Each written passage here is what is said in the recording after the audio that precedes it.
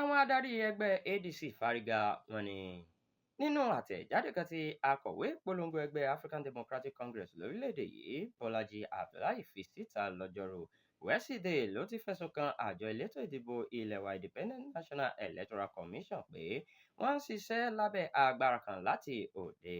Ó ní ìgbésẹ̀ tí àjọ INEC gbé lórí ọ̀rọ̀ ẹgbẹ́ náà láìpẹ́ yìí ní ọwọ́jà òṣèlú nínú, ó sì hàn gbangba-gbàǹgbà pé ẹnìkan ló wà nídìí orò tó ròfin ké.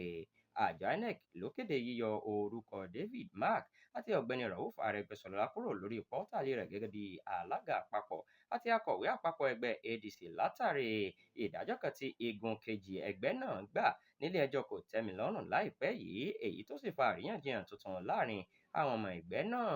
Nígbà tí ẹgbẹ́ ADC ń fèsì, wọ́n ní àwọn rí ìpinnu àjọ INEC gẹ́gẹ́ bí èyí tó kún fún ìwà alátakò tí kò sì bá òtítọ́ mu. Wọ́n tẹnumọ́ pé ìtumọ̀ tí àjọ INEC ṣe kò sojú ìdájọ́ gidi.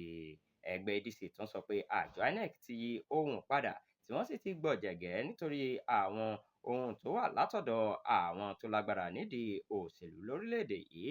Ẹgbẹ́ náà sọ pé àwọn ti bẹ̀rẹ̀ àwọn àyẹ̀wò àti ìgbésẹ̀ tí wọ́n lè gbé lórí ọ̀rọ̀ ọ̀hún. Àwọn yóò sì kéde ìpinnu wọn láìpẹ́. Bẹ́ẹ̀ ni wọ́n tún rọ àwọn ọmọ ẹgbẹ́ àti alátìlẹ́yìn wọn láti farabalẹ̀ kí wọ́n sì dúró de ìdájọ́ òdodo èyí tí yóò mú ojútùú bá ọ̀rọ̀ tó wà nílẹ̀ lọ́wọ́lọ́wọ́.